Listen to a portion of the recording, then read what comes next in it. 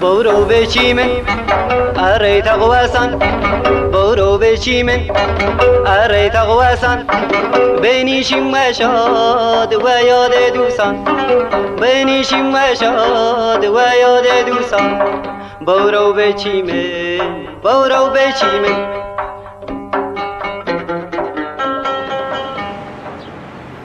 من لە ساڵی 1985 لەدایک بووم و تاقانەشم تەنیا مناڵم خوشک و برام نییە. جا هەر لە منداڵیەوە بە دەنگی گۆرانی باوکم گۆرە بووم. باوکم مامۆستایە دڵە ڕەحمانی لە هاوینێکە لە ساڵی 1950 لە ئاوایی بێڵەهوو لە ناوچەی گۆران لەدایک بووە و لە ساڵی 1970 دەستی کردووە بە گۆرانی وتن و چۆتە ڕادیۆ کرماشان و دوایی لە ساڵی 1972 دەستی کردووە بە پەیامنێری و ئەو لێکۆڵینەوەگەرە لەو کاتە دەستی پێ کردووە کە یەکەم پەیامنێریش بووە کە هەم بە دوو زاراوەی کوردی کرماشانی و کوردی سۆرانی پەیامنێری کردووە. ئەم شوێنە کە هاتوین تاقوەسانە،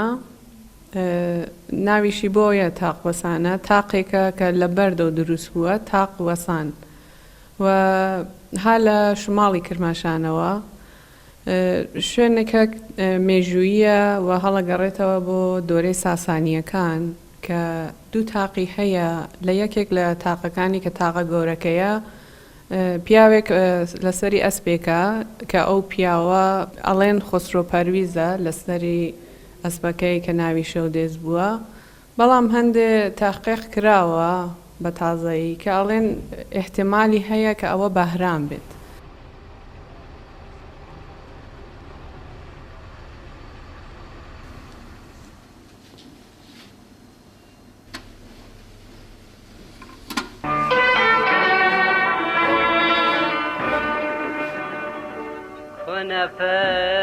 فرمكي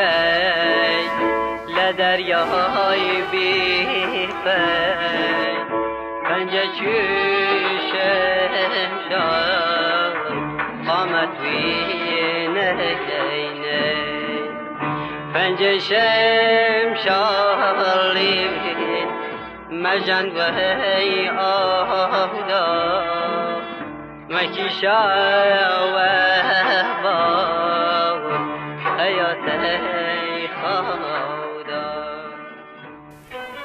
یەکێک لەو شتانەی کە باوکم زۆر وای گرنگ بوو وێنەگرتن بوو کە بەم دووربینی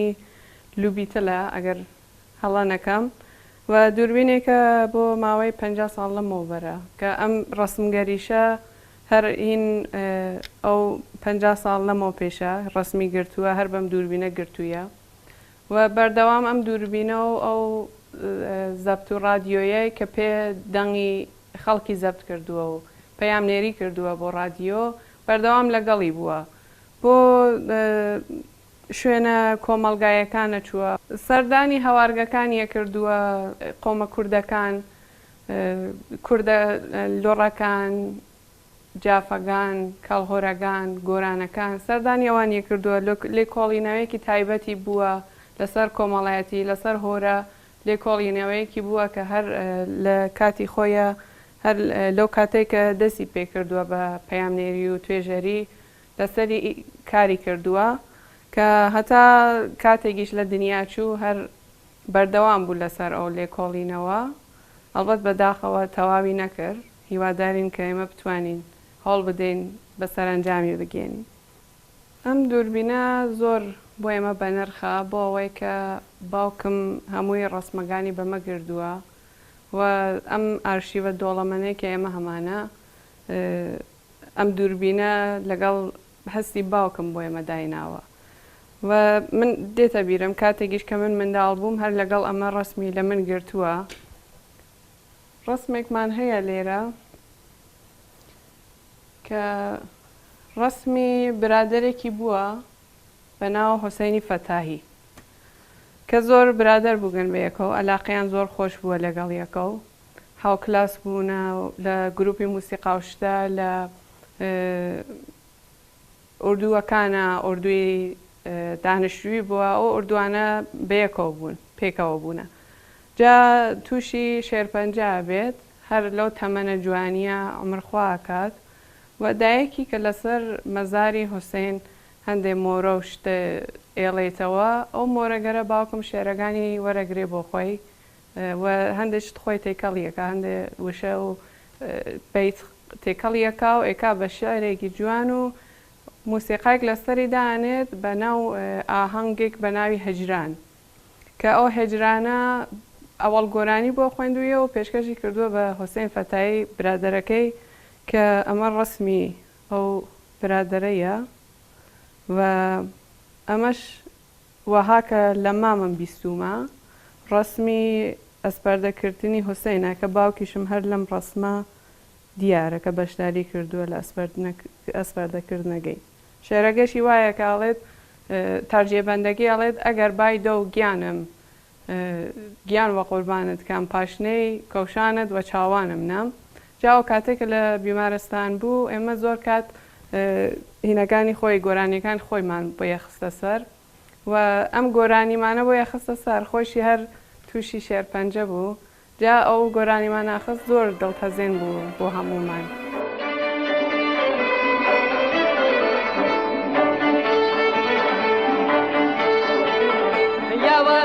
هاتيا ديوا كزينا يا ومن هاتيا ديوا كزينا دل زريا زهريا هر زري وجاي دل زريا زهريا هر زري وجاي اگر ويدو جانا وخدا من جان مدى اگر ويدو جانا وخدا من جان مدى حسني كوشان دو سر چاوان منم حسني كوشان دو سر چاوان منم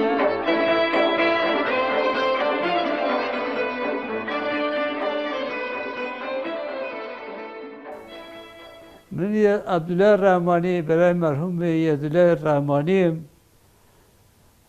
اما عکس مرحوم باوگم اسم قیقاسکر رحمانی که سرپرزا و زمینزار و کشاورزی من بود و خویشی ام عکسیشه لبان زمینگان کاری کرد امیشه عکس مرحوم عبدالله و گرد اهدیه خواننده گورانی بیشا گردیسی امیشه عکسی که مرحوم عبدالله وقتی گورانی بلاوکاده بود گردیسی و من هدیه کردیم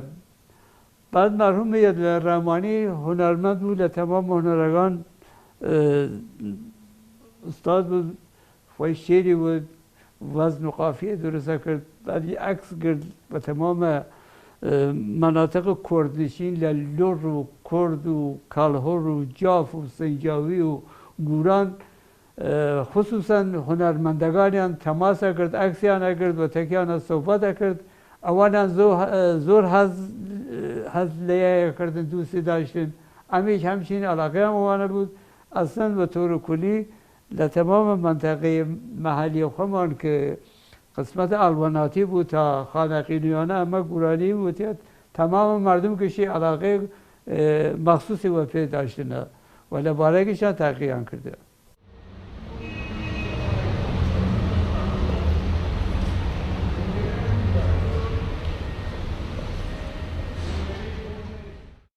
ئێرە تەکیەی معامل مەڵکە کە کاتی خۆی دروست کراوە بۆ شوێنێک کە لەوێ ئاینگەری مەزهەبی و قەومی بەڕێوە بخەن و هەروەها شوێنێ بووە بۆ باشکردنی ئەو گیر و گرفتانەیە کە لە بین قەومەکان هەبووە.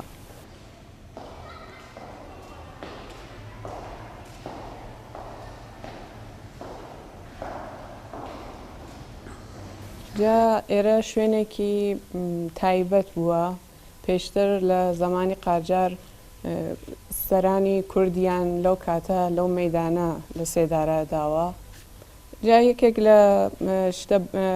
ناسراوەکانی ئەم تەکیە ئەوەیە کە کاشیەکانی بەرجەستە و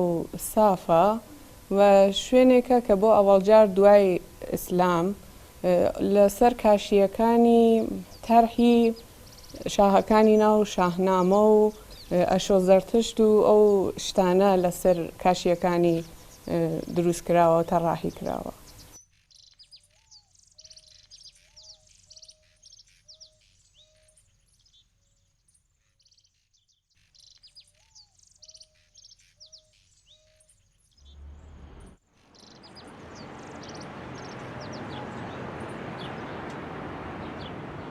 لێدڵا ڕەحمانی هاوسەرم بەم ڕادیۆ ئەوڵین باردەم ناسر ڕەزازی زەبت کرد هەناردی بۆ ڕادیۆ لە ڕادیۆ کرماشانە پەخشیان کردە و مردم لە ڕادیۆ کرماشانی ئەوڵین جاردەم ناسریان ژنەفت. وەختێکی لە ماڵا بوو سەرحاڵ بوو شێریەوە بە پەنجەگەری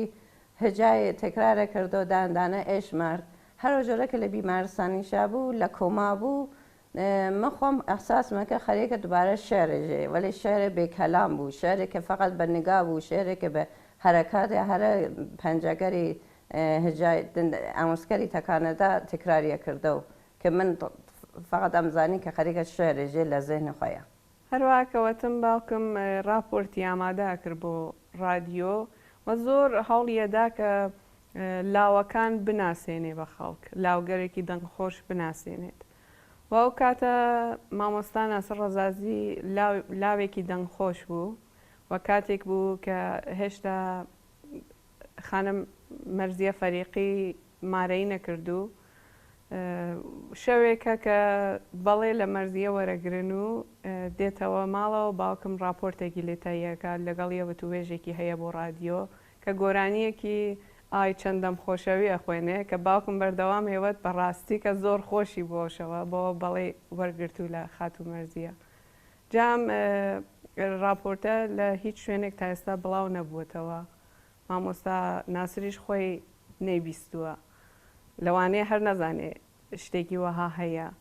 لاوانی بەڕێز من ئیساوام لە شاری مەریوان و توێژە دەکەم لەگەڵ بەرادەرێکی هونەرمەند و لاوە. سپاسکە گیان تکای خۆت بناسێ بە دەنگی خۆت. لە پێشتا سڵاوی خۆم بە خزمەتی تەواوی جێگرە بەڕێزەکان خۆشگوبراکانی خۆشەویستم پێشکەشەکەم. ئەمن ناسفی ڕەزازی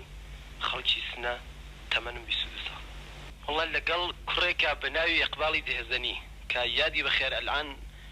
حالە دانشکدەی ئەفسەری تارانە ئەو کوڕە دووزەلەی لێدەدا ئەمنیش بۆ خۆم دایرەیەکم هەبوو لەگەڵ یا هاوکاریم دەکرد جوانیش گۆرانی نەدەزانی و ئەویش نەی دەتوانی جوان نەی لێبا فقط ئەمن بەسەر گۆرانی حەسەنزیرەکەوە تەمرینم دەکرد کەم کەم وردە وردە سەحرا نەما زەماوەن نەما میوانی نەما کە ئێمە نەڕۆین. لە ساڵی 1970 وەختی کە لە کار بێکار بوو وەک فرە کەسکەرێکە هەر وەک ئەو بوو کە یەکێکی یەدەی بوو بێکار بوو مەجبور بوو بە خاترە ژیانی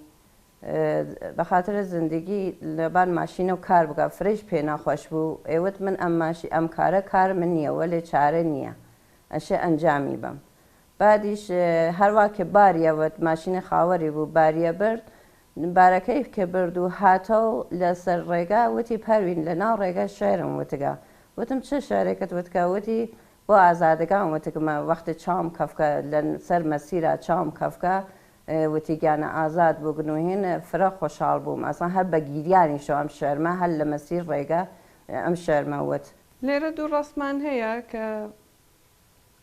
ڕسمی دوو گۆرانی بێژی فارسە یەکێکی ئەهدیەیە یەکێکی مەرزیەیە ئەم ئەهدیە پێم وایە ئەگەر باش لە بیرما بێت ئەو کاتێکە ئۆردوی ڕامسەر و شتووە ئۆردوی دانیشتسەرا و شتووە ئەهدیەی لە ڕامسەر بینیەوە ڕسمی لەگەڵی کردووە و لەگەڵی بتوێژی کردووە. ڕسمێکی تریشمان هەیە مەرزیەی فارسە کە زۆر دەنگی مەرزیەی بەدڵ بوو زۆر گۆرانیەکانی بەدڵ بوو و شتێکی بۆم باسە کرد ئێوەت کە کاتێک بووە کە پەیامنێریم کردووە مەرزیان بینیوە لەسەر مێزێ هەموو دانیشتوین مەرزیە بووە و زۆر لە گەورەکانی شاروەوانە دانیشتون وتی بۆ هەموو شەرابیان ئاوردووە جا بۆ مەرزیە دەیانوێت شەرابی بۆ بڕژنێن ئێژێ من قەت ئەو شتە ناخۆم و دەم بۆ شتانە نادام پێخۆش وێوەت ژنێکی هونەرمەند لە کاتێکە هەموو هونەرمەندەکان نەکەوەی کە خواردنی ئەو شتانە بەلایە و خراپ بێت یان ئەیب بێت ئێوەت بۆم تایبەت بووە کە ژنێک وەها زۆر محکەم بێسێت و بڵێت کە نا بۆ من دانەکە منەوە شتە ناوە. مرزیەی نازەنین ئەی چاو خۆمارم مرزیەی نازەنین ئەی چاو خۆمارم سەوزەیگان وە دووریدا یەسەر بیمارم سەوزەیگان وە دووریدا یەسەر بیمارم مرزیەی ئاو خیاڵ کەوکە کووانی مرزیەی ئاو خیاڵ کەوکە کووانی خۆشە داو شیرین زوان خدا بزانی خۆشە داو شیرین زوان خدا بزانی درست مامو جان بله های خدمت ماموی هنرمند قدیمی منطقه کردواری مان بله ایسا در خدمت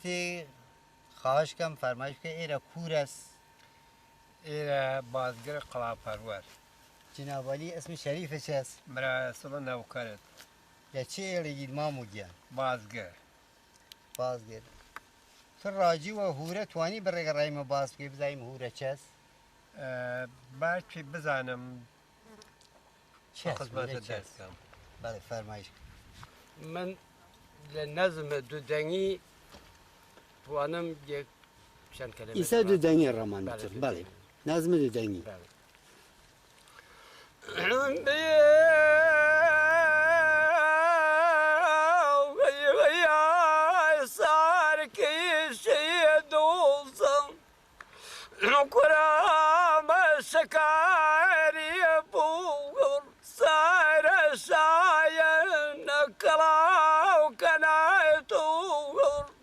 ئێمە لە موسیقای کوردیە دوو شێوازمان هەیە شێوازێکمان موسیقای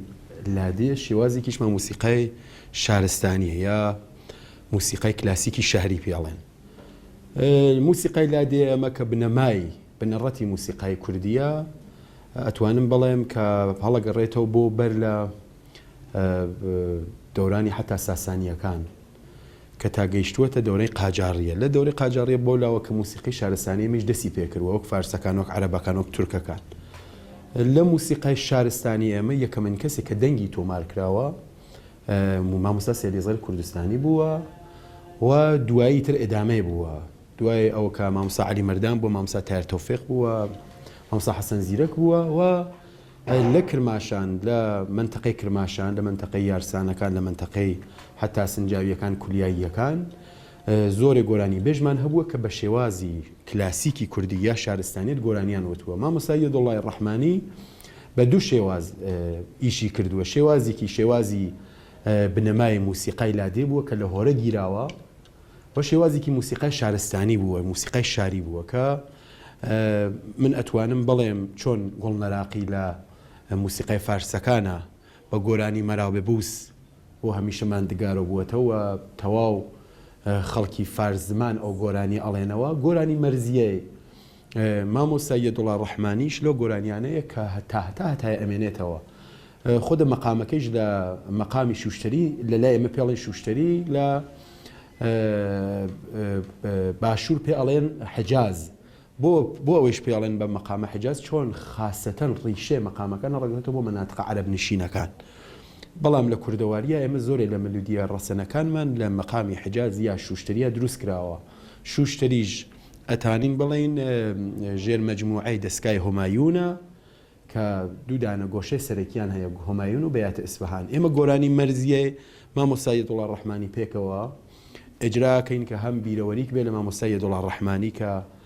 بەڕاستی دەنگی نۆستالۆژیکە بۆ مەناتقە کوردنشین و ئەتوانم بڵێم لەو گۆرانیانەیە کە تۆ هەر ڕۆژە توانی گوێ بگریت و کۆنە نەبێت.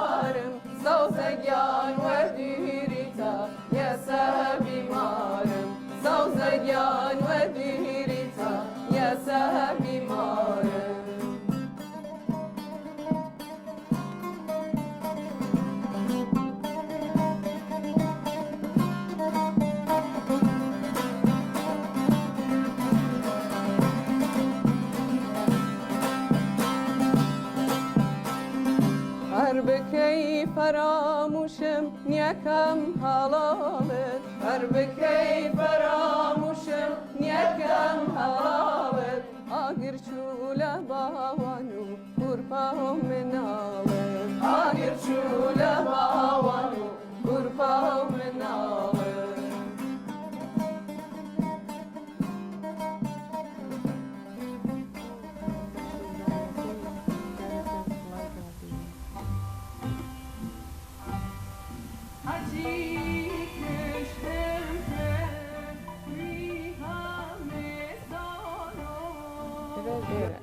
نه دواتر پێش ئەمانە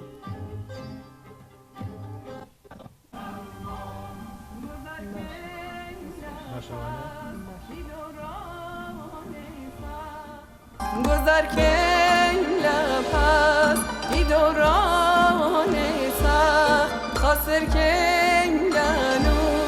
ئیشارانێنە ئیشارانێنە ئیشارانێنە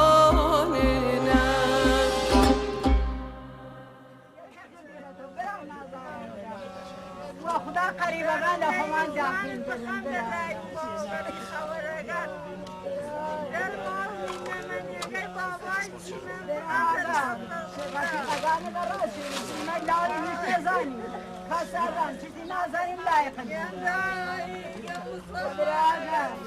کاتێ منداڵ بووم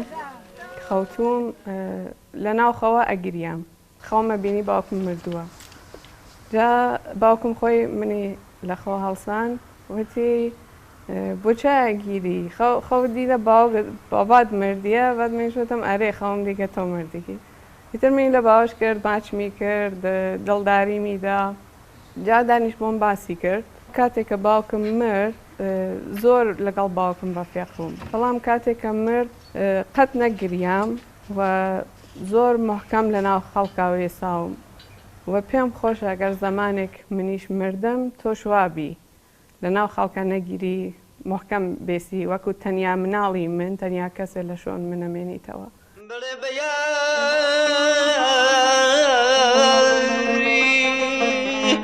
ئەگری جەخاوم